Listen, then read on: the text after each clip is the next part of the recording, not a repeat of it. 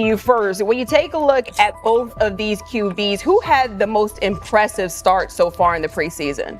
Well, to me, it was Shedeur. I didn't see any interceptions when he was out there. Did you see anything like that?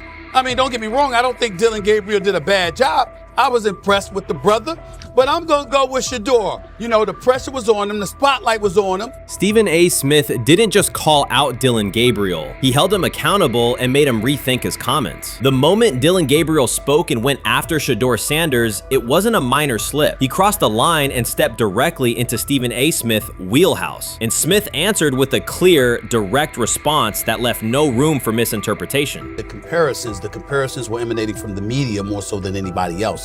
And that's what I think, that's exactly who I think he was directing his comments towards. Having said that, Dillon Gabriel, respectfully, it was stupid. A very dumb comment to make. First of all, let me tell you something right now. In every walk of life, far beyond the parameters of a football field. This wasn't casual sports commentary, it was a decisive critique. Dillon Gabriel's comments were taken apart by Stephen A. Smith with clear, direct points. Gabriel, a quarterback with solid stats but limited top-level achievements, chose to take a public shot at Shedeur Sanders. Shedeur, who has handled sustained media scrutiny and on-field expectations, became the target of an unnecessary criticism. Smith responded by challenging Gabriel's standing to make that claim, and by defending Sanders on the facts. The outcome was clear. Gabriel overreached, and Sanders didn't deserve the hit. Dan Orlovsky would sit up here in comparison to Shedeur Sanders, who did no such thing, and say, hey, thought he looked better. I got to give him the edge here. I thought it wasn't bad. A pick six and a fumble, and we can get over fumbles. Have you heard anybody say that? I know it's possible. Have you ever heard anybody say, we get over? Stephen A. Smith responded immediately. As soon as Dillon Gabriel made his comments about Shedeur Sanders, Smith delivered a clear, point-by-point critique that drew national attention across the NCAA media cycle. Dillon Gabriel has a reputation as a good quarterback, not a dominant one. He can post strong numbers against opponents like Tulsa, but his performance has been inconsistent when the stakes and competition rise to playoff level. Well, those who produce get treated differently than those who don't. What he said echoes the mentality of all of America practically, and most certainly the world, as we see things being globalized more and more every day. It was a stupid, idiotic, immature comment, because clearly you were feeling the heat because a lot of people was talking about how Shedeur should be QB. Dillon Gabriel is a capable quarterback, but not a standout. Even so, he chose to talk down to Shedeur Sanders, a quarterback who has navigated constant scrutiny and pressure and still represents the future of a program that was struggling before he arrived. The comparison was weak. The criticism was unnecessary. Stephen A. Smith recognized that and dismantled Gabriel's argument with a clear, direct response. How the Browns react to this, how the locker room reacts to this, how Shedeur reacts to this, because it was a clear shot at Shedeur. But let's say Dillon Gabriel's talking about the media. How could you be a brand new quarterback in the NFL and the first time you get behind a mic after your first game, you throw the media under the bus?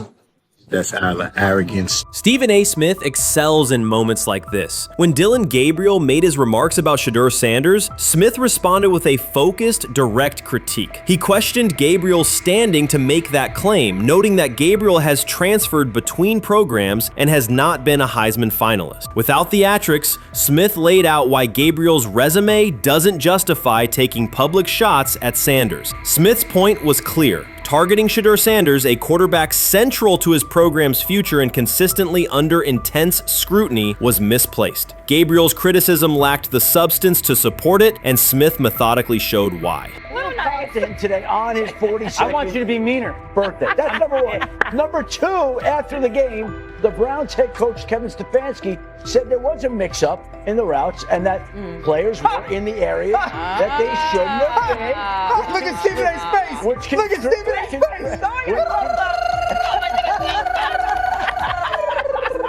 Look at Stephen A. Oh my Lord. The strength of Stephen A. Smith's response was that he didn't just address Gabriel's remarks. He challenged the image around him. Dillon Gabriel often presents himself as an overlooked contender ready to surprise. But the reality is that his profile hasn't commanded broad attention. It's a clear reminder that not every opinion carries equal weight. In defending Shedeur Sanders, Stephen A. was direct and precise. Shedeur isn't just a quarterback. He is Deion Sanders' son, which subjects him to scrutiny far beyond anything Gabriel has faced. Even under that pressure, Shedeur has maintained his composure, shown confidence, and delivered in key moments that helped revive a program many had written off. Stupidity, all of it. I thought it was a clear shot at Shedeur due to the fact that his Oregon coach threw a shot at Coach Prime and Shedeur during their meeting at Colorado last year. But you know what? The cream rises to the top. Let's see what happens this week. I see a lot of the media talking about they think it was about the media and not about Shedeur. And I think that's a chess move. For Dillon Gabriel to take shots at Shedeur Sanders was a miscalculation. Stephen A. Smith made the mismatch clear. Gabriel's attempt to shame Sanders was unnecessary and counterproductive. You don't target Deion Sanders' son when Deion has turned Colorado into primetime television. It underscored that Dillon Gabriel has often played with a chip on his shoulder because the spotlight hasn't followed him. He has been around long enough to compile numbers but not to earn broad respect. That's why going after Shedeur was misguided. Sanders, despite ups and downs, drives headlines. Gabriel's most notable headlines have been his transfers. Stephen A. Smith pressed that point without hesitation, challenging Gabriel's standing and leaving his argument looking like a forced throw that turns into a pick six. You know what? Still needs to thank me a little bit more for that restaurant I treated him and his family to, because it was big time, and stop embarrassing me by going places and trying to use coupons. That's how pathetic he is. The point is that a pick six and a fumble is usually considered a bad day. Stephen A. Smith didn't need to raise his voice to make the point. He presented Dillon Gabriel as a player whose talk outpaces his resume and defended Shedeur Sanders with clear comparisons. That's why he called Gabriel out so directly. The comparison wasn't just unfair, it was forced. Now look at Gabriel's record. The numbers are solid and he can win against average defenses, but the resume lacks defining markers. There's no sustained Heisman contention, no late season surge that reshaped the national picture, and no postseason moment that cements a legacy. The track record reflects steady production, not top-tier impact. That's the gap Smith underscored. Gabriel's criticism of Shedeur Sanders wasn't supported by what he has accomplished, while Sanders continues to carry a program under constant scrutiny. Let's see some of them step up and make some plays out there. Ain't no way. Gabriel Ain't no way. He's not built like that. No way. And this one is picked off and going back the other way. Oh my God, why did he stop playing? Now it's a foot race. And that is that. They told me bust out my AP, perfect timing. H-shot, we about to get legendary. Shedeur start the next game, baby.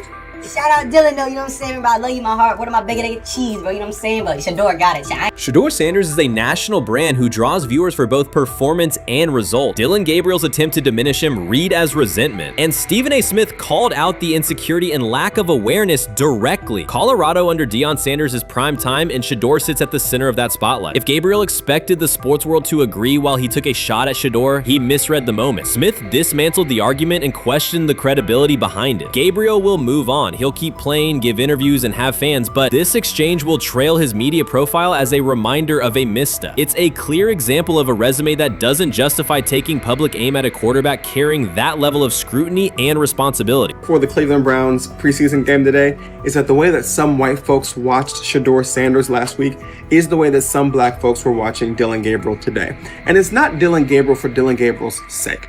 Most folks don't have a problem with Dillon Gabriel. It's what he represents, which is the disrespect of a black person for no other apparent reason than they are a confident black person. Dillon Gabriel thought he was aiming up. Instead, he was placed back among quarterbacks who are good but not great. Stephen A. Smith made the central point. Dillon Gabriel doesn't shape the conversation. Sports are about narrative as much as numbers, and Gabriel's story doesn't move the culture, while Shedeur Sanders does. Smith highlighted that contrast clearly. By the end, Gabriel's credibility had taken a measurable hit. The critique was decisive and sent a broader message to any player considering public shots at Shedeur Sanders. If you step into that debate, you will be held to a higher standard and your resume will be tested. Dillon Gabriel learned that the hard way. While much of the NFL community attended the ESPYs in Los Angeles, Shedeur Sanders spent the day in Cleveland with families recovering from a residential explosion. He did not seek cameras or a red carpet appearance. He chose to be present in a neighborhood working through loss. Weeks earlier, an explosion at the Rainbow Terrace apartments in the Garden Valley neighborhood displaced more than 100 residents. Local officials reported that 42 families were left without housing. A father suffered burns over most of his body and remained in a coma. His 2 young children were hospitalized in critical condition. The damage extended beyond structures. Families lost possessions, stability, and routine. Cleveland City Council member Richard A. Starr described the moment as a family fighting for its future. Outside of local reporting, national attention was limited. Sanders decided to go to the site, meet residents, and help organize a day focused on relief and connection. The decision drew questions almost immediately. Some asked why he was not at the ESPYs, others questioned his motives. Sanders did not respond with counter-arguments. He explained simply that he felt an obligation to be present and that he would act on that conviction. This was not a team-scheduled appearance. He promoted the gathering himself, arrived without ceremony, and spent the day with residents. His approach emphasized listening, participation, and time. The event, which he called the Garden Valley Fun Fest, brought a large turnout over several hours. The purpose was straightforward: create space for families to reconnect and for children to play, even as recovery work continued. Sanders threw passes with kids on the blacktop, joined in games, and spoke with parents and grandparents about what they were facing next. He moved through the apartment complex and common areas with minimal staff support. Browns defensive lineman Michael Hall Jr. attended and interacted with residents as well. There were no speeches or staged moments. The focus remained on residents and their needs. Questions about visibility persisted as photos and short clips circulated online. Some criticism framed the visit as a substitute for a higher profile appearance in Los Angeles. Sanders kept to the same message. The priority was to support a neighborhood coping with displacement and uncertainty. He did not present the choice as a protest of any event. He presented it as the correct use of his day. When local media asked about his intent, Sanders said his goal was to provide families with a day of enjoyment and a reminder of community. He added that financial support can help, but that showing up in person also matters. Standing with people, listening to them directly, and offering time. The statement matched the structure of the day. He stayed on site, remained accessible, and left the focus on residents rather than on himself. The timeline mattered to him as training camp approached. Sanders did not connect the visit to his role on the depth chart or his draft position. He kept references to football confined to preparation, learning the playbook, protections, cadence, and timing, seeking guidance from veterans, including Joe Flacco, and staying ready for opportunities when they come. He has repeated that he has time to grow and intends to use it to learn the system and earn trust. The visit did not alter those priorities. He returned to his regular schedule the next day. Since arriving in Cleveland, Sanders has treated community work as part of his responsibilities. Before his jersey went on sale, he visited schools, including John Marshall High School, speaking with students about goals, accountability, and effort. He set public objectives confidently, such as long-term aspirations for the franchise, but paired them with routine work in the building, meetings in stall, film, and on-field reps. The day at Rainbow Terrace fit that pattern. Identify a need, show up, contribute, and avoid unnecessary attention. For residents, the FunFest provided a brief reprieve from ongoing challenges: housing transitions, school logistics, medical appointments, and the paperwork that follows an emergency. For teammates and staff who observed, it was an example of a rookie investing time locally without seeking a headline. For Sanders, it reinforced how he plans to operate in Cleveland: be consistent, be present, and let actions speak. The setting at Rainbow Terrace underscored the scale of recovery ahead. Families described the first weeks after the explosion: nights in temporary housing, efforts to replace clothing and essentials, coordination with agencies and community groups. Sanders moved from group to group, speaking with parents about their immediate needs, greeting elders who came to watch the activities, and encouraging kids who wanted to throw a football, run races, or take a photo. He kept the schedule flexible so residents could arrive and leave as they were able. Community partners and volunteers handled tables for supplies, simple games, and refreshments. There were no sponsor banners or organizational pitches. Residents organized as they usually do, checking on neighbors, guiding children, and sharing updates. Sanders' role was clear: participate, make time, and listen. The presence of a recognizable player brought energy, but the purpose remained practical: create a normal afternoon in a place that had not felt normal since the blast. Online reaction covered the full range of opinion. Some posts praised the decision and the event's tone. Others questioned why a rookie would skip a high-visibility awards show. Sanders did not try to manage that conversation. He maintained the same explanation. He chose to spend the day where he believed he could be useful, and then he returned to his football schedule. The approach was consistent with how he addresses other topics: answer directly and move on to the next task. The same measured approach appears in his preparation for camp. Sanders has not asked for public guarantees about reps. He has focused on install recall, cadence, and protection IDs, route timing, and situational work. He has sought input from veterans, thanked teammates who have provided guidance, and spent time with receivers and linemen to align on communication.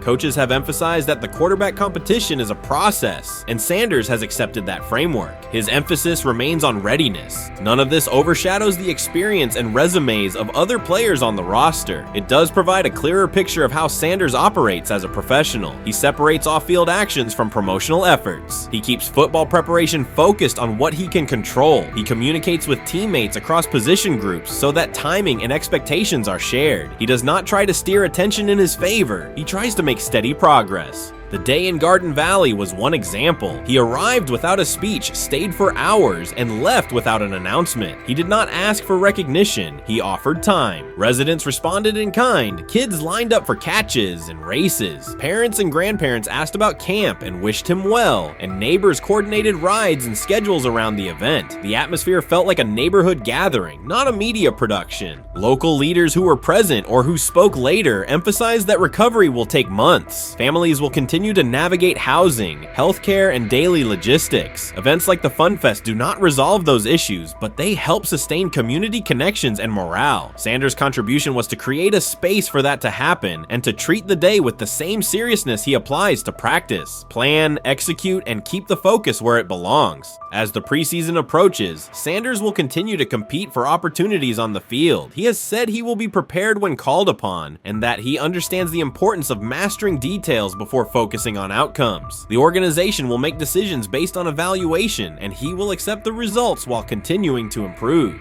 The off-field choices will remain consistent, identify needs in the city where he lives, and contribute in direct, practical ways. The core elements are simple. A neighborhood suffered a significant loss. Residents faced immediate and ongoing challenges. A rookie quarterback chose to spend a day there, without a press conference, without a schedule of talking points, and participate in a community-led event designed to give families a break and remind children that play still has a place. He provided presence, not a headline. He listened more than he spoke. He returned to work the next day. In a league and media environment that often prioritize visibility, Sanders made a different choice. He kept attention on people, not optics. He placed value on time spent in person rather than on appearances. He continued to build trust in the locker room and in the city through steady conduct rather than declarations. That approach, measured, direct, and consistent, will shape how he is viewed in Cleveland as much as any public statement could. The outcome of his football career will be decided on the field by installations learned, reads made, throws delivered, and games played. The outcome of his role in the community will be measured by smaller, quieter moments. Afternoons like the Fun Fest, school visits, and unannounced stops where listening matters more than being seen. For Cleveland residents at Rainbow Terrace, the takeaway from that day was straightforward. Someone who represents their team showed up, stayed, and participated without fanfare. For Sanders, it was the same. Do the work in front of you, whether that is a practice period or a neighborhood event, and keep the focus on the people who are affected most. How you feeling? I'm getting there. You see what I got on, right? That's why I was asking how you help for it.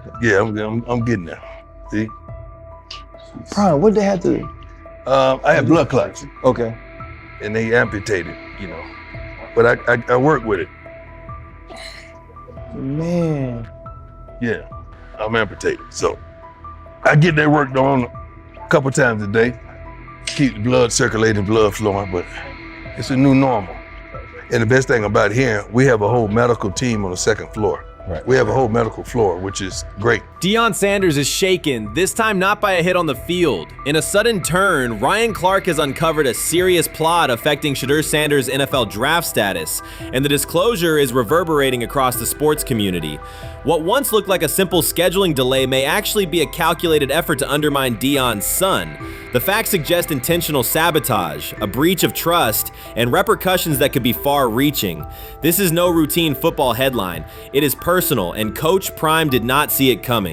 The sports world loves to celebrate underdogs, yet it often takes even greater pleasure in tearing down rising stars. Deion Sanders is witnessing that cycle now, not from the sidelines as Coach Prime, but as a father. The lights in Boulder remain bright, the cameras keep rolling, and Sanders still wears his gold watches, sunglasses, and natural swagger. Still, behind that familiar smile is a man carrying deep pain as criticism aimed at his son mounts daily. How much of that is opening press conference saying, okay, we are family, saying that he was sent to do certain things? Do you feel like people got attached to that, or it just was the fact that prime time is at Jackson State?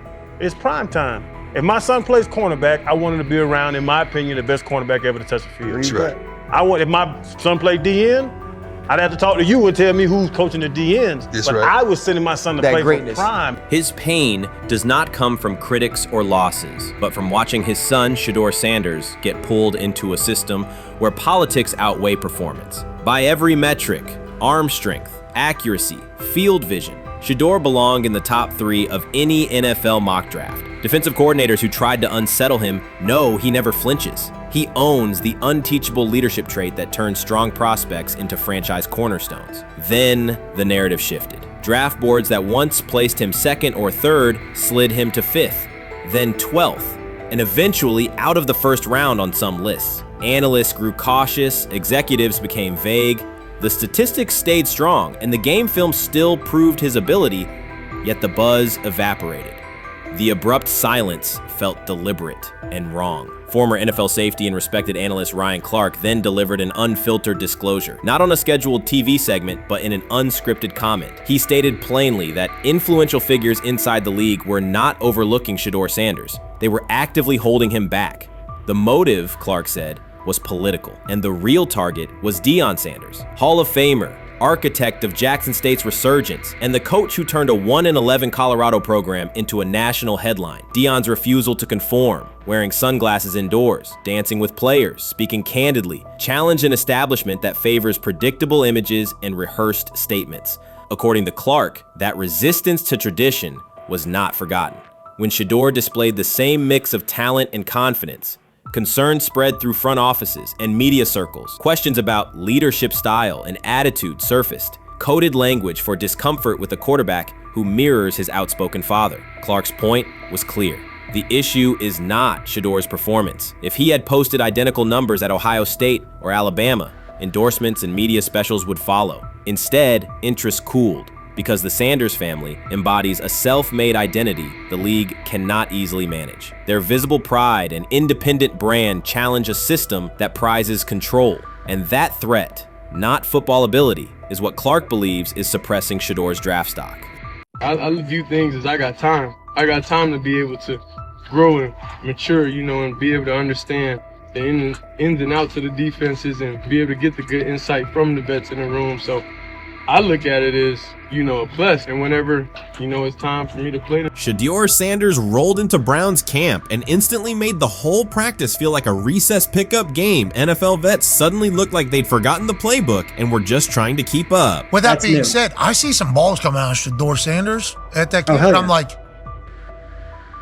kind of looks like a guy. Yeah, I'm ready. He can sling it. Ready to. I see him, some of the veterans, how they talk to him, mic'd up, see what he's doing in the community. Yep. Talking about Njoku there?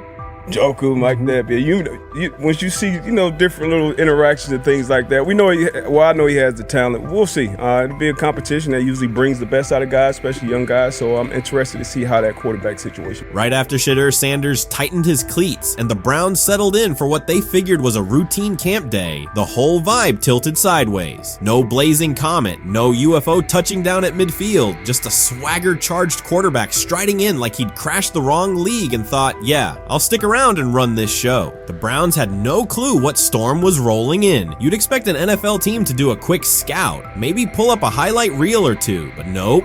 They greeted Shedeur with a shrug, only to watch him seize the field on snap one and run the whole operation like a seasoned pro. First and foremost, he's been the best quarterback in camp. Now look, Joe Flacco ain't had many opportunities. It was a whole day I saw he didn't throw the ball at all. Here's my theory on the situation. They already know who's starting in the number 2 is. They already know. Joe Flacco and Shedeur Sanders is already locked up. You're missing the boat, people. You're missing the boat.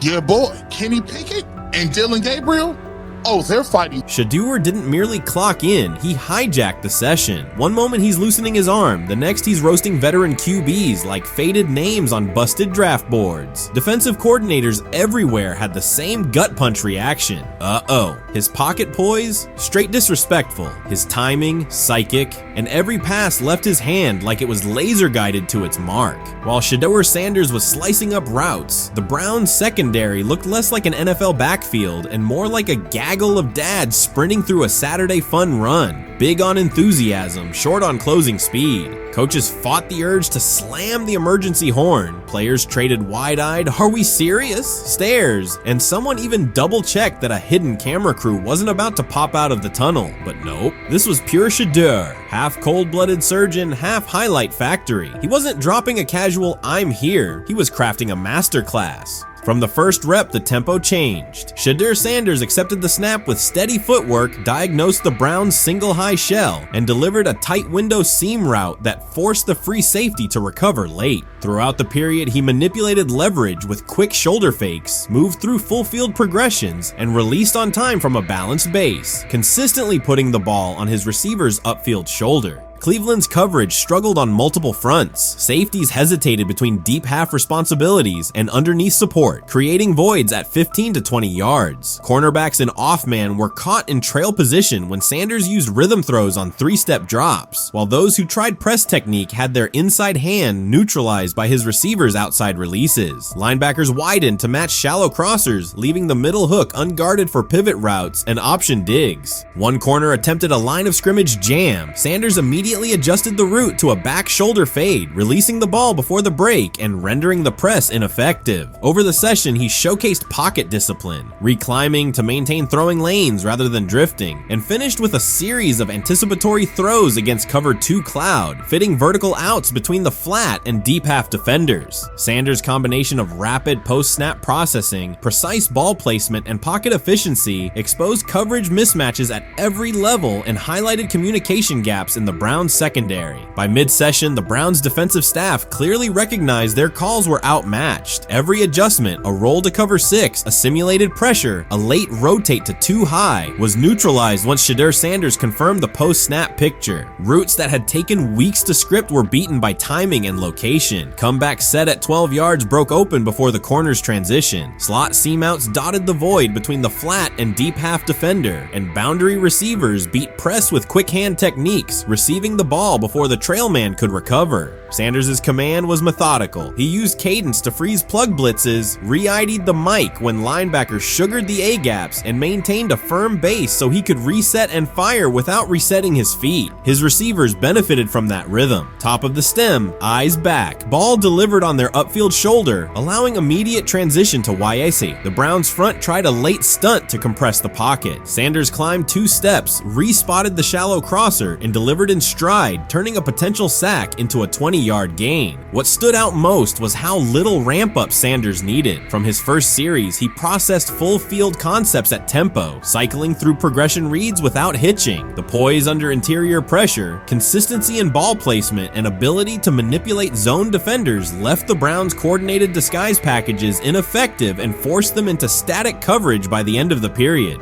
In short, Sanders' efficient mechanics, rapid processing, and anticipatory accuracy rendered Cleveland's defensive game plan ineffective at every level, from pre-snap disguise to post-snap spacing. Imagine there's many people that think Dillon Gabriel's a better quarterback than Shedeur Sanders. I don't care where they were drafted.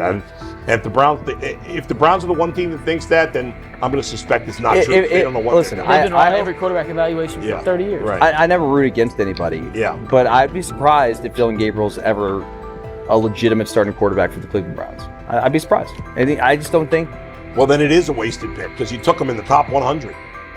Yeah, but potentially. Yeah. May get away with it because of Shedeur. An edge rusher chirped at Shedeur Sanders between snaps, hoping to shake his rhythm. On the very next play, Sanders answered with a 30-yard laser, a deep dig from the boundary side that split the single high safety and the trailing corner. He hit the top of a 5-step drop, kept a firm base, and delivered on time to the receiver's outside shoulder, turning what should have been a routine rep into a sudden change explosive. From that moment on, every coverage wrinkle the Browns tried, rotating from cover 3 to quarter half, flashing a Tampa 2 shell, mugging both A-gaps, was met with a precise counter. When corners pressed, Sanders adjusted the route to a back shoulder fade. When safeties widened, he checked to a glance post. When linebackers bailed, he found the running back on a delayed option out of the backfield. Even late simulated pressures couldn't move him off his spot. He simply climbed, reset his feet, and fired. As Cleveland's defenders rotated through checks, Sanders manipulated them with cadence and eye discipline. He froze weak side safeties long enough to create intermediate windows, then feathered the ball into those lanes before help could arrive. When the Browns finally dropped 7 and matched every route, Sanders tucked the ball and converted 2 separate 3rd and 6 situations on the ground, reminding everyone that his mobility is as calculated as his arm. By the end of the session, the defensive coordinator's call sheet looked obsolete. Sanders had neutralized blitz looks, exposed spacing issues in zone, and forced the unit into static base coverage just to survive the period. It wasn't a camp drill anymore. It was a clinic on timing, processing speed, and controlled aggression, delivered snap after snap by a quarterback who never needed a warm-up lap to own the field. They never planned on taking him. The problem is, like Ocho Cinco said, you got somebody that has endeared himself to the locker room. And guess what? The difference between him and Tim Tebow, the biggest one, is he can play. He can throw the ball. Tim Tebow running around being an H-back. He can throw the ball. And he's done everything he needs to do. He ain't saying nothing. He ain't rocking the boat. He ain't mad about the reps. He ain't mad about none of that. All the people out there want to see is this, like Tyler said earlier. We want to see what he can do with Jerry Jeudy. That's it. I want to see what he can do with David Njoku. I want to see him with Junkins. I want to see him with the first running backs. If you are cooking, if you are beating down the doors with the 3s and 4s, guess what? You deserve more. From the first team period on, Cleveland's secondary looked a step slow. A deep third safety hesitated on a post-snap rotation, leaving Shedeur Sanders free to climb the pocket and fire a 22-yard out that arrived before the defender could plant and drive. The supporting cast around him, players fighting for roster spots, not Pro Bowl invites, benefited from his command. Sanders used tempo to control the defensive front, altered protections at the line, and located throwing lanes so quickly that one receiver didn't register the catch until he crossed the goal line. As the Browns tried new personnel groups, coverage busts multiplied. Starters slipped out for hamstring stretches while rookies rotated in, only to find the ball arriving on their blind side before they'd completed a midpoint squeeze. On a later 3rd and long, Cleveland finally closed the interior rush lanes, compressing the pocket with 3 defenders. Sanders pivoted through the traffic, stepped into a narrow escape window, and, without resetting his shoulders, whipped a no-look pass to the boundary curl for a fresh set of downs. The throw turned a potential sack into an explosive play and left the coaching staff scrambling for answers. The people who are fascinated by Shedeur for whatever reason, whether it's his play, I guess, last year was kind of fun. If you're just like a guy who grew up like loving Deion Sanders and passed that love on down to your kids, I can see why you're like that. The one thing I will give them is you're looking at this quarterback room. If you're a fan of Shedeur and say, why can't he go beat Dylan Gabriel or Joe Flacco or Kenny Pickett?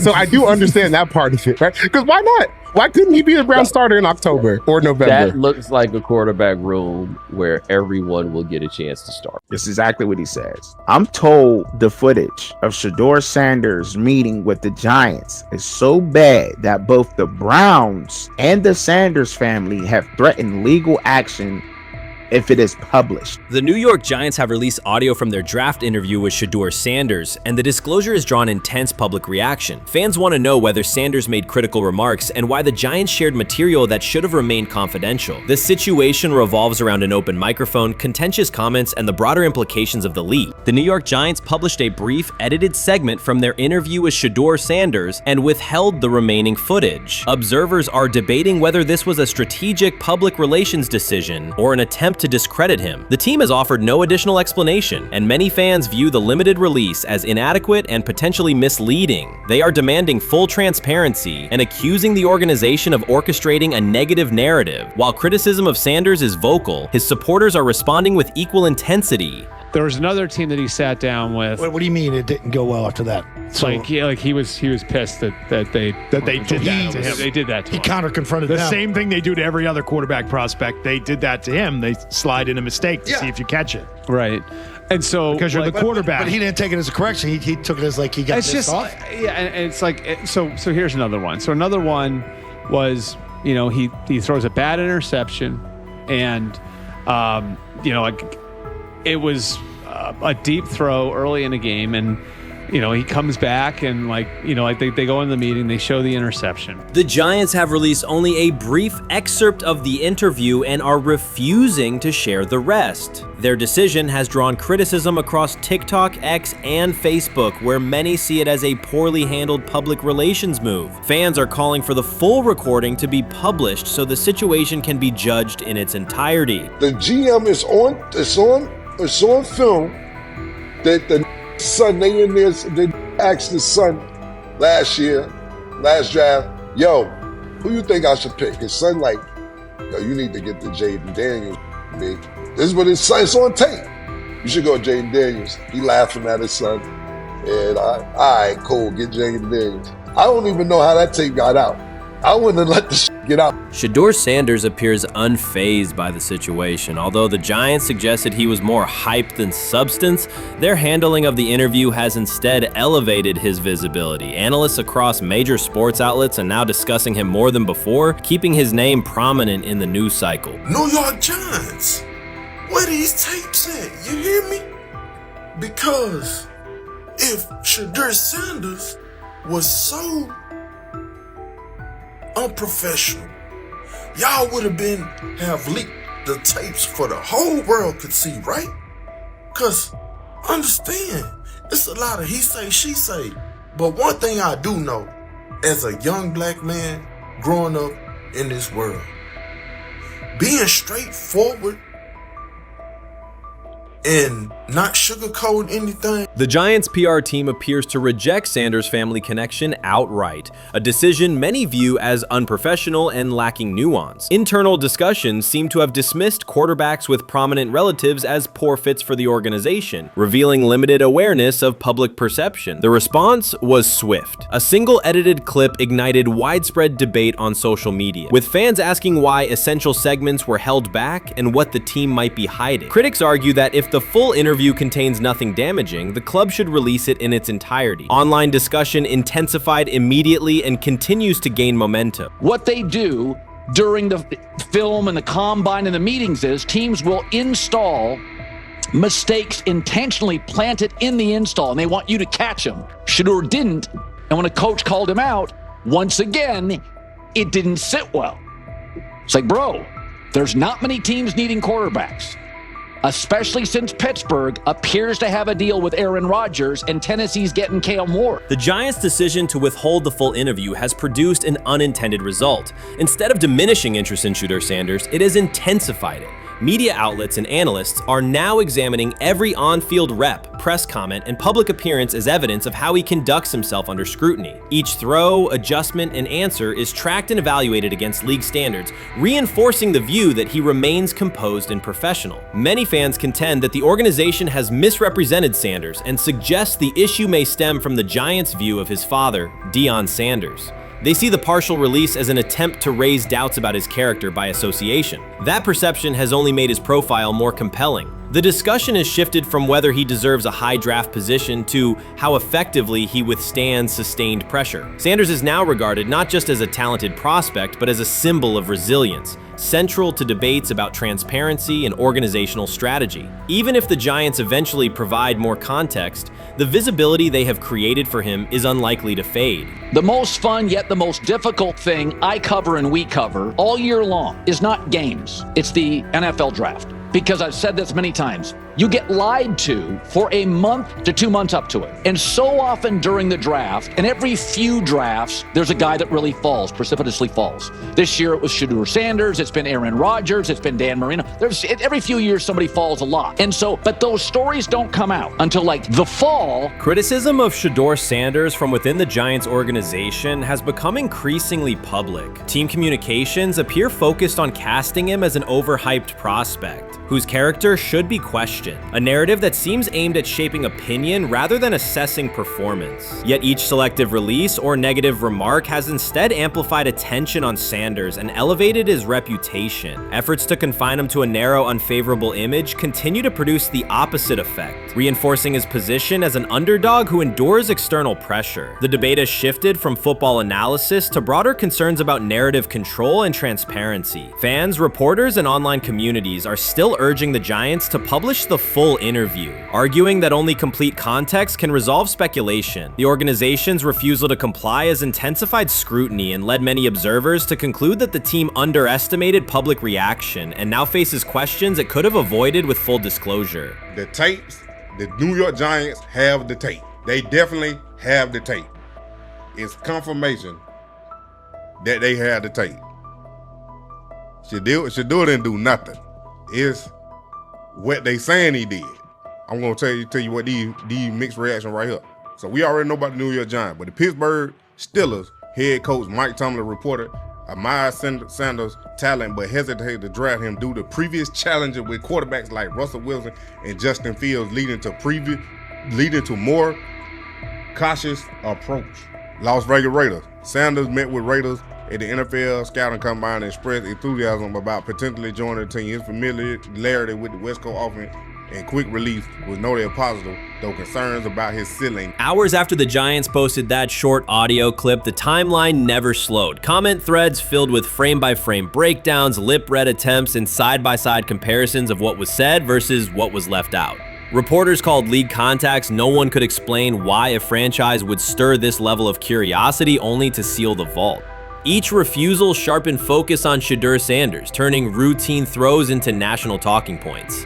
Analysts kept circling back to the same note. His cadence at the line looks unchanged, steady against the noise. Hashtags demanding the full interview, trend drop, and trend again. Podcast hosts bump scheduled segments to lead with the leak. Rival teams get asked how they would handle a similar situation, then quietly check their own archives. Inside Giants headquarters, the plan to shape the story looks less like strategy and more like a slow burn spotlight they can't switch off. And now every preseason snap, every media availability, every stray sideline camera angle gets fed into a loop that asks, what are they still hiding? The file remains locked. Curiosity keeps compounding. Until someone presses upload or steps to a podium and explains the redactions, the subject drifts away from depth charts and play design, fixing instead on secrecy, control, and the risk of underestimating how fast attention turns pressure into permanence. Momentum isn't fading, it keeps recalibrating, louder, impossible to mute. So the Shedeur Sanders, I want to talk about this. So here's a prime example. Shedeur Sanders, they had 3-day mini camp for the Cleveland Browns. And now, Jimmy Haslam actually has some money. The Bengals owners and the Rooneys are near the bottom of the league in net worth.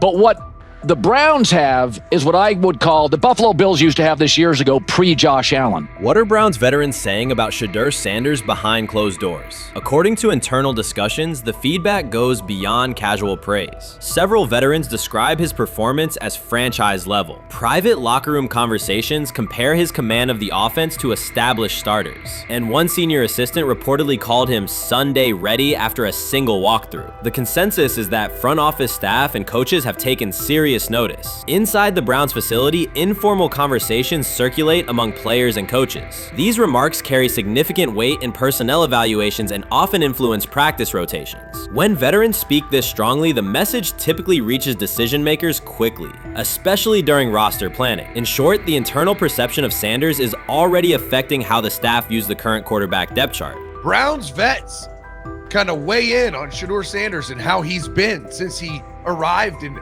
Cleveland, in Pound Town.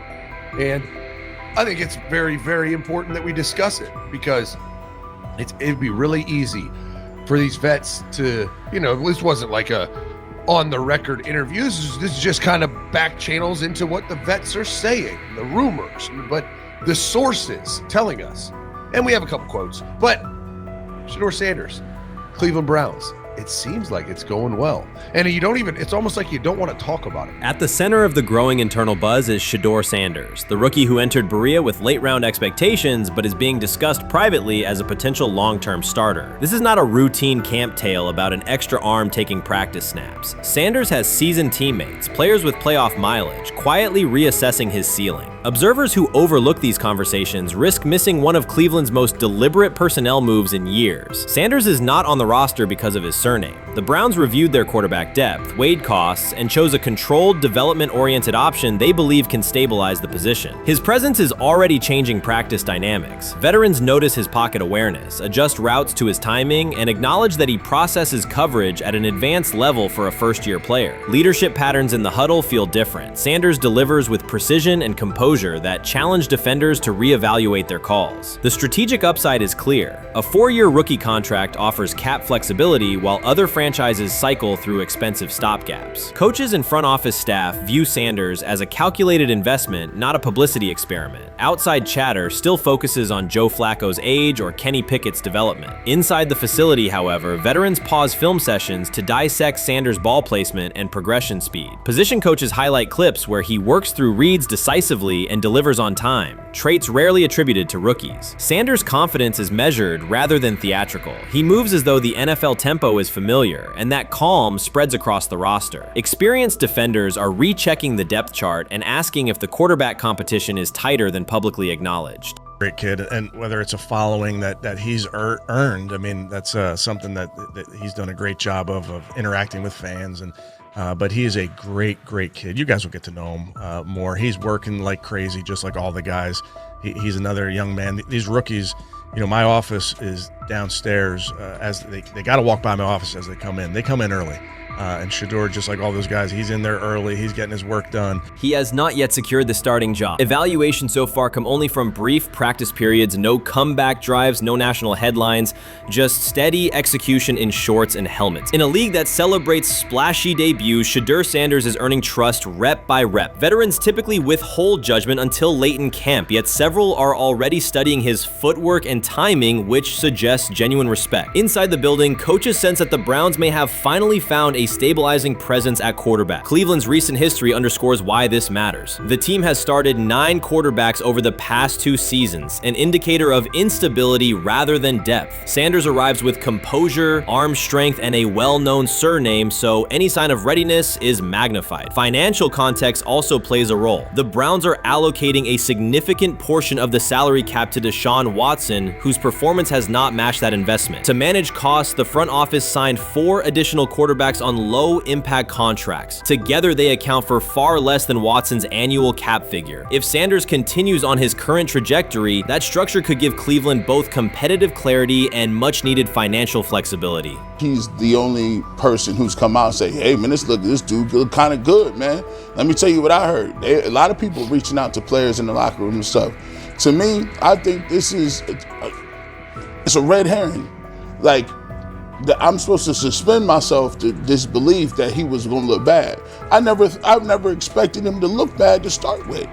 The 5th round quarterback stuff, that's involving perceptions, pre-draft analysis, and other teams. Cleveland's veterans have endured every kind of quarterback turmoil, poor reads, major injuries, shaken confidence, and sideline disputes. When a young quarterback like Shedeur Sanders steps in and appears composed rather than overwhelmed, people notice. The attention comes not just from coaches and reporters, but from the linemen and defensive leaders who have watched previous backups struggle. They are not exchanging doubts, they are sharing nods of approval. Sanders demonstrates instinctive pocket awareness, reliable accuracy, and steady poise, qualities that quickly circulate through team conversations. After years of instability under center, the Browns need someone who can remain calm and effective deep into the season. Although expectations have fallen over time, genuine interest is growing. Praise is coming from teammates who rarely commend anyone unless his performance demands it. What do you think is happening in Browns camp? What do you think is going to happen there before I let you go, Lewis? I think it really does it really does all depend on how Kevin is able to, as it relates to Shedeur, work him in enough. Well, one, Shedeur has to earn the right for Kevin and the staff to have discussions about, hey, we got to get him more reps with the ones and twos. We got to get him more reps with the ones and twos when we're going team period, not just walk through or not just 7-on-7 team. Louis Riddick reacted sharply on air after viewing practice footage from the Cleveland Browns. The clip showed quarterback Shedeur Sanders executing a string of precise throws while the Browns head coach watched with a broad smile. Riddick questioned whether the session was focused on evaluation or celebration, arguing that visible enthusiasm from the staff could cloud objective assessment of a rookie's progress. Earlier in the segment, Riddick's tone had been measured once the Sanders highlights appeared. He criticized the perception that a routine practice was being treated like a marquee event. He stressed that coaching reactions should remain subdued until performance translates into game situations. Riddick concluded by calling for accountability and asking the Browns to clarify how they plan to manage expectations for Shedeur Sanders as training camp continues. Couldn't imagine me myself saying, hey, you know what, as someone who has been at the very bottom to try and ascend to like some level of success, I could never imagine going, you know what would be really cool? I'm gonna play a joke on someone like this and make pretend that I'm a GM and I'm drafting you when actually I'm not, and then I'm gonna hang up and just giggle about it. Man, what the hell are we doing? Seriously, what are we doing when we think that that kind of crap is funny? I don't know. Trying to get likes on TikTok. I don't have the right words for it. Right, Louis, I'm gonna say this. I don't have the right words for it. Few situations unsettle a former front office executive faster than watching coaches celebrate a rookie quarterback before pads come on in August. In Louis Riddick's view, the Browns staff did more than acknowledge promise. They acted as though they had already secured their franchise leader. Throughout the session, Shedeur Sanders delivered 40-yard throws off his back foot, ran crisp 2-minute drills, and displayed steadiness rare for a first-year player. According to reports, each successful rep drew audible admiration from the sideline, highlighting how quickly enthusiasm has escalated. When Riddick reviewed the same practice tape and heard the glowing comments, he challenged the reaction on live television. He argued that a few controlled drills should not override the methodical scouting and development work that normally guides roster decisions. Riddick's criticism focused less on Sanders' talent than on the evaluation process. He warned that comparing a prospect to established stars or joking about renaming the stadium creates pressure before the player has taken an NFL hit, faced a disguised coverage, or logged a preseason snap. Praising potential is acceptable, he said, but anointing a savior in July risks repeating the organization's history of premature quarterback expectations. Sanders brings confidence shaped by his father's legacy and his own disciplined preparation, yet Riddick insists that progress must be confirmed over time. He urged the Browns to temper public excitement, follow a structured development plan, and reserve celebratory reactions for on-field results that matter. Regular season production under live pressure, not highlight clips from a midsummer workout. He has to earn that. Kevin has to figure out a way to do that. So then you can reasonably assess what you have in him compared to Dillon Gabriel, compared to Kenny, compared to Joe Flacco. If you don't, then the conversation surrounding him is going to continue to be what it's been, which is, but for some people, he was overhyped all along. He's not that great of an athlete, doesn't have a big enough arm. There's a reason why he was a 5th-round pick, blah, blah, blah, which I don't believe. I believe if he is given enough reps, earns enough reps, and then is given enough reps in meaningful situations, he can throw the ball just as good as Joe, if not better, just as good as Kenny, if not better, just as good as Dillon Gabriel. After more than 2 decades in personnel and broadcast analysis, Louis Riddick was dismayed to see a franchise bypass basic evaluation standards after only a series of eye-catching minicamp throws. Reviewing practice footage from Cleveland, he observed Shedeur Sanders drilling 40-yard passes against uncovered receivers and running 2-minute sequences with poise. In Riddick's view, those reps, conducted without pads, contact, or a disguised rush, show arm talent but reveal little about how a rookie handles game pressure. Riddick said the Browns' reaction drifted from objective assessment to outright admiration. Multiple reports indicated coaches were sketching new concepts for Sanders during dinner and referring to dedicated Shedeur packages well before a padded practice. Even the veterans in the quarterback room showed no visible alarm, a sign that staff excitement had already reset the internal depth chart conversation. The analyst emphasized that his concern is not Sanders' skill set. He acknowledged the quarterback's arm strength, footwork, and composure, but rather how quickly the club appears willing to declare him its long-term answer. Riddick cited several past prospects who received similar midsummer acclaim only to stall once real competition began. Given Cleveland's long history of quarterback turnover, he argued the organization should focus on incremental milestones, processing post-snap reads, surviving live pass rushes, and rebounding from mistakes on Sunday afternoons. Riddick urged the Browns to temper expectations and follow a structured development plan so Shedeur Sanders can progress without undue pressure. One coach reportedly admitted he replayed Tuesday's scrimmage film so often that he lost sleep, an anecdote Riddick offered as proof that enthusiasm is already outpacing reality.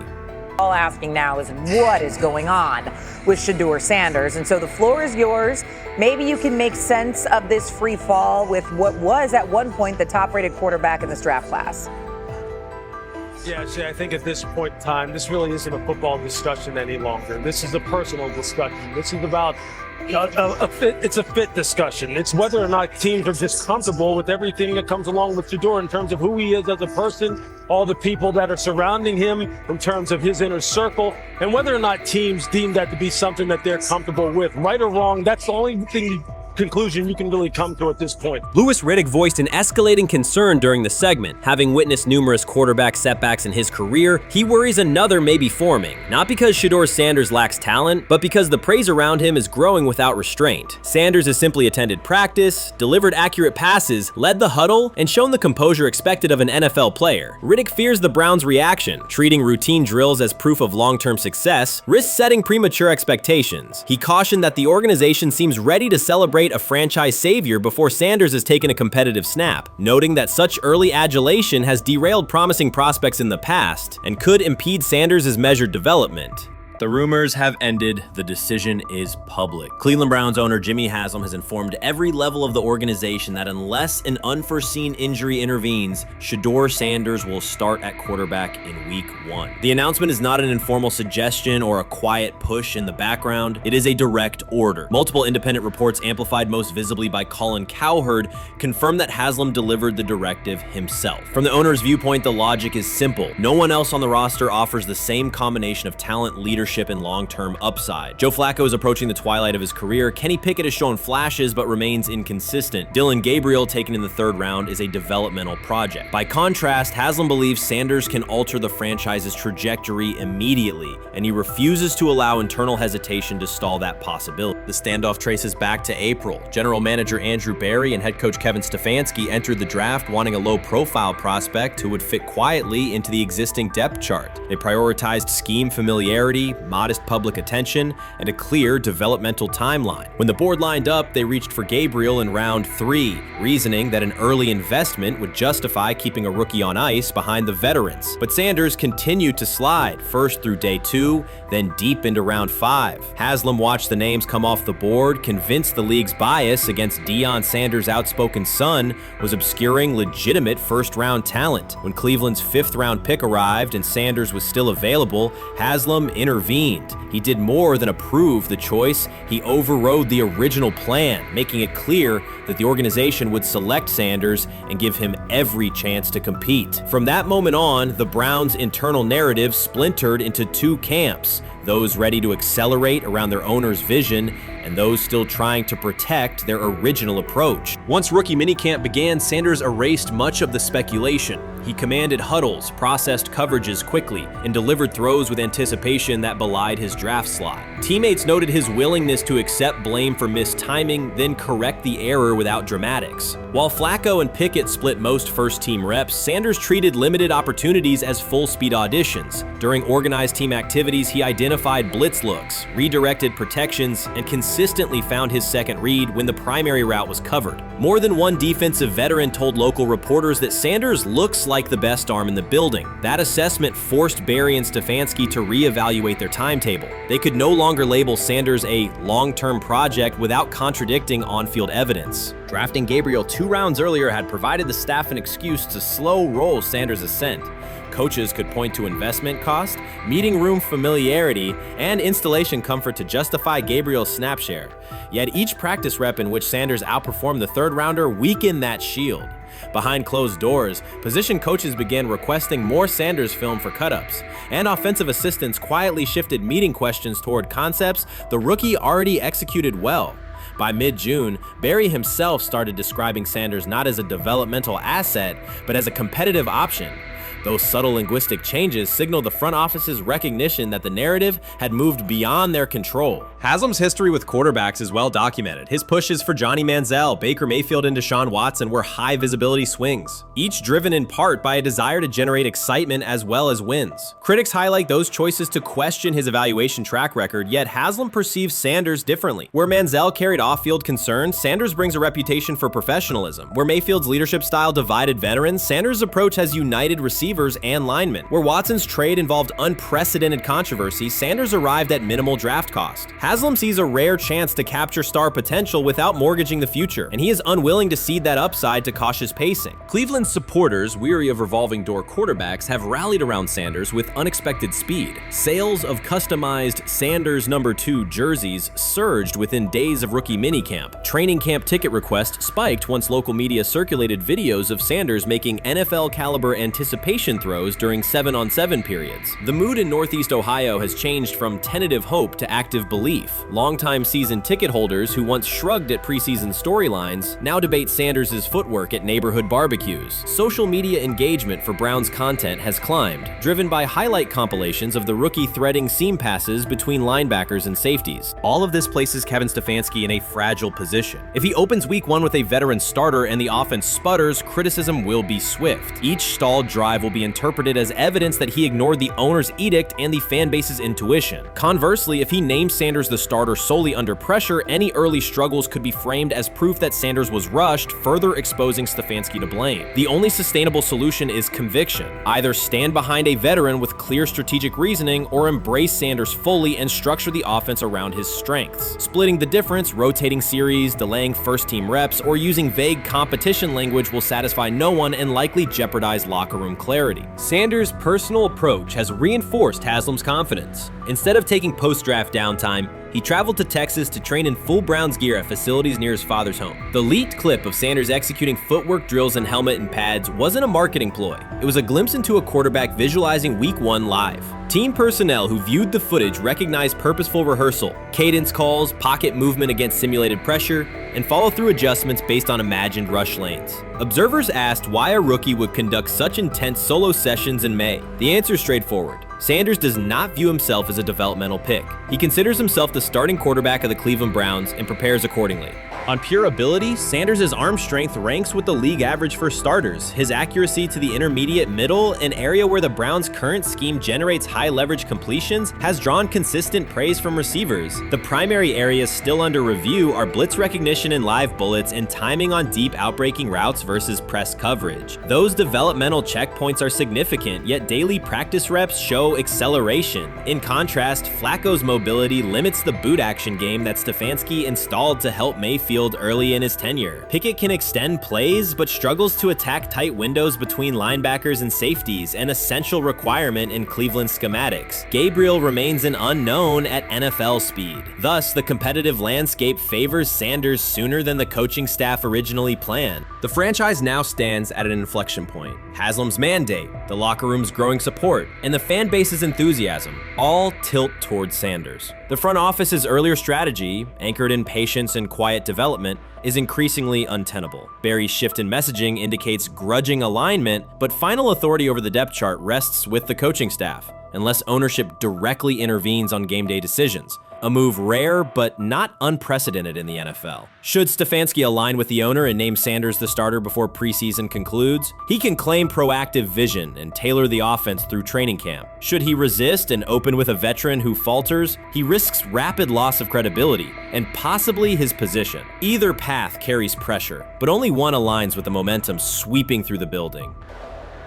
For 2 decades, the Browns have cycled quarterbacks without securing a stable star. Each new hope, whether draft pick or trade acquisition, has collapsed under injuries, inconsistency, or organizational disarray. The possibility that Sanders could finally anchor the position is not merely a football storyline. It is a potential cultural reset for a fan base defined by resilience. Haslam's insistence reflects that awareness. Cleveland needs a leader who can win on Sundays and project confidence every other day of the week. Sanders has shown he can shoulder expectations without retreating from scrutiny. That trait, more than arm talent alone, is why the owner views him as indispensable. Voluntary workouts transition to mandatory minicamp next week. If Sanders receives a substantial share of first-team snaps, observers will interpret it as the staff's acknowledgement that the competition is tilting decisively.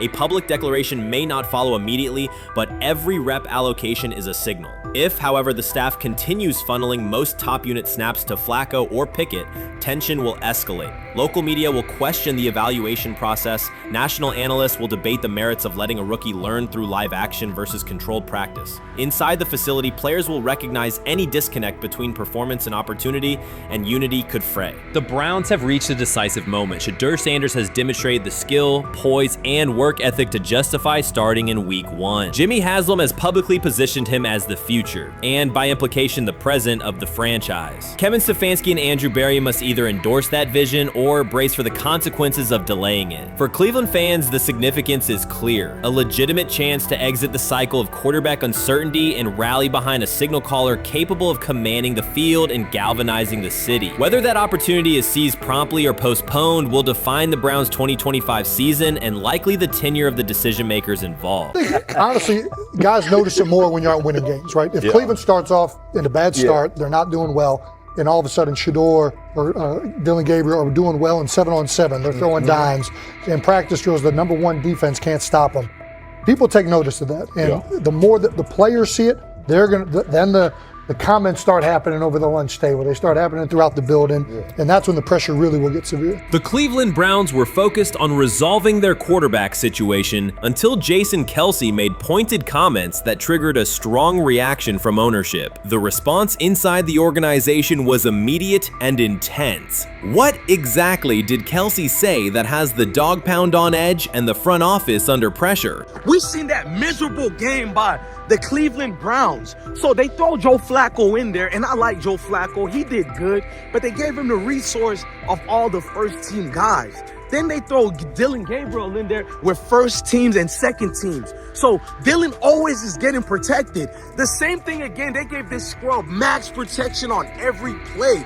Yeah, he completed some passes, but let's talk about his mistakes. He's still inconsistent with his throws, but he at least had max protection. The Cleveland Browns continue to be defined by inconsistency and avoidable setbacks. Even as fans hoped the organization had turned a corner, Jason Kelce, fresh off retirement, offered a direct critique that reignited doubts about the team's direction. His remarks implied the franchise's structure and decision-making remain unstable and recent progress may not hold. The takeaway for leadership is straightforward. Identify core issues, align on a coherent plan, and execute with discipline. For supporters, it's another sign that the problems run deeper than a single season. They throw Shedeur Sanders in there with the lowest cab drivers you couldn't even get on 5th Street.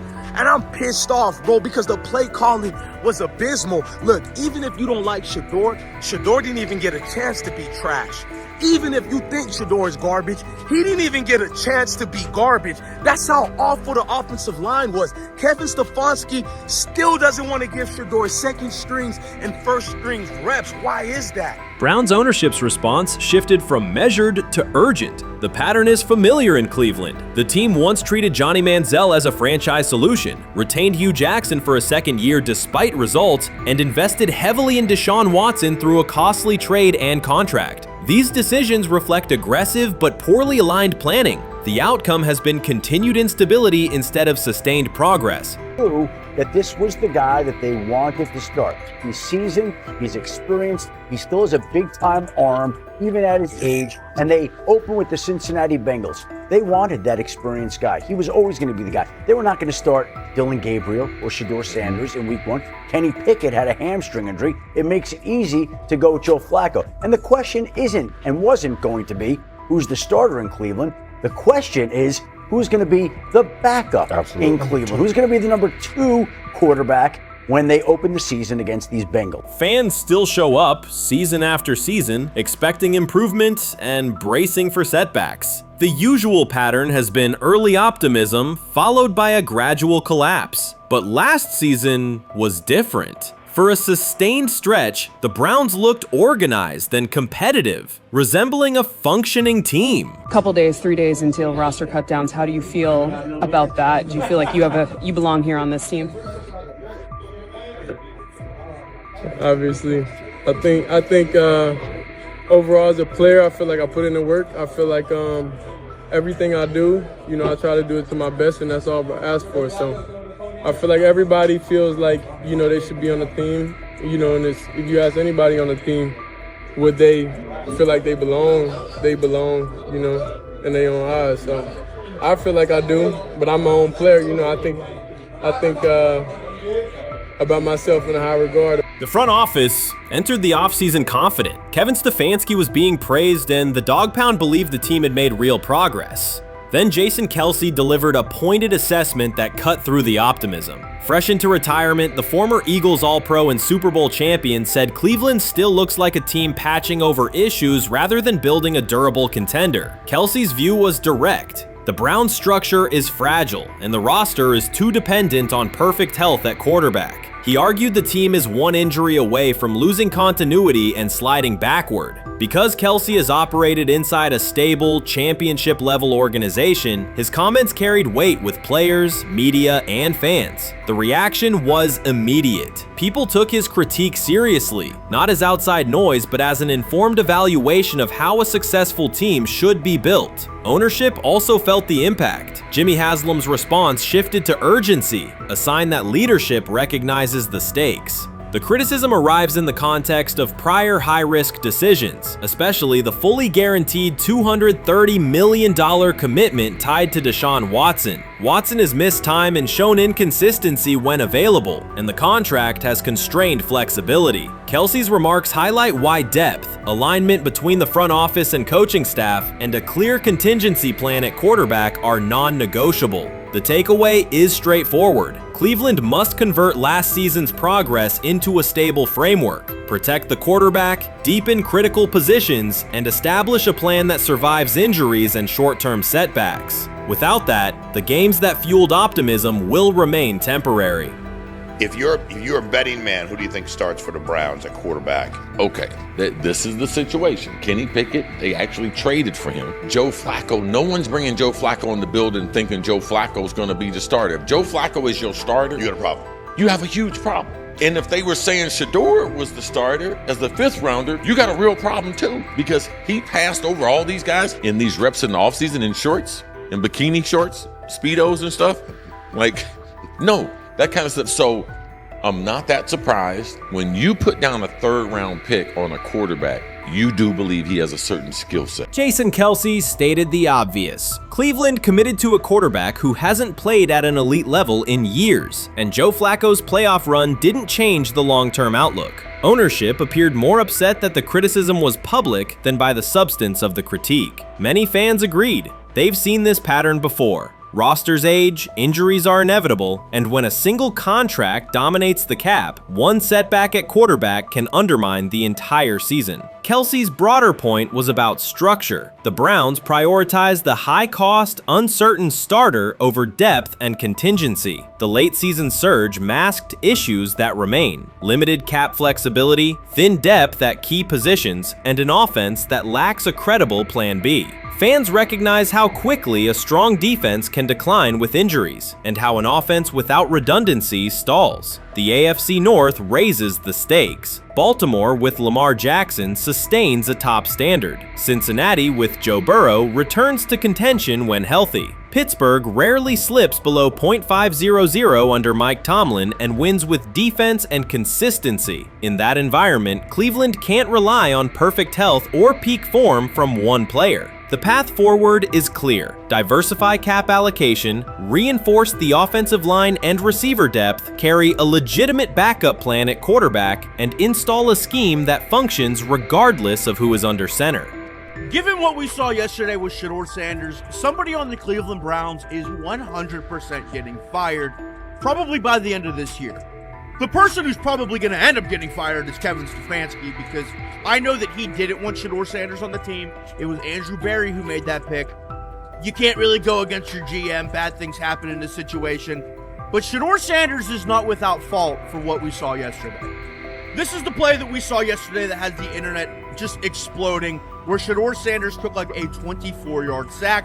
Half of the internet is saying that this is all Kevin Stefanski's fault. Cleveland showed progress last season, but the underlying concerns remain. Jason Kelce highlighted them directly. The Browns' long-term plan is fragile, cap-constrained, and overly dependent on perfect health at quarterback. His comments focused attention on structural issues, roster depth, continuity in coaching, and a sustainable offensive approach, rather than a single hot streak. That criticism resonated because it reflected what many around the league already see. Ownership's reaction underscored the sensitivity. Jimmy Haslam has presided over frequent coaching and quarterback changes, and external scrutiny carries weight when it comes from a respected veteran with championship experience. Kelce's remarks reinforce that last year's Joe Flacco stretch was a short-term solution, not a foundation. The team still needs a durable plan that can withstand injuries and inconsistency. The practical takeaway is clear: stabilize the system, diversify cap usage, and build depth at key positions so the offense functions regardless of who is under center. That includes a coherent development pathway for younger talent such as Shedeur Sanders, with defined practice reps, protection, and scheme alignment. Kelce didn't say anything outrageous. He articulated the gap between a brief surge and a credible long-term contender. Have the faith of a mustard seed.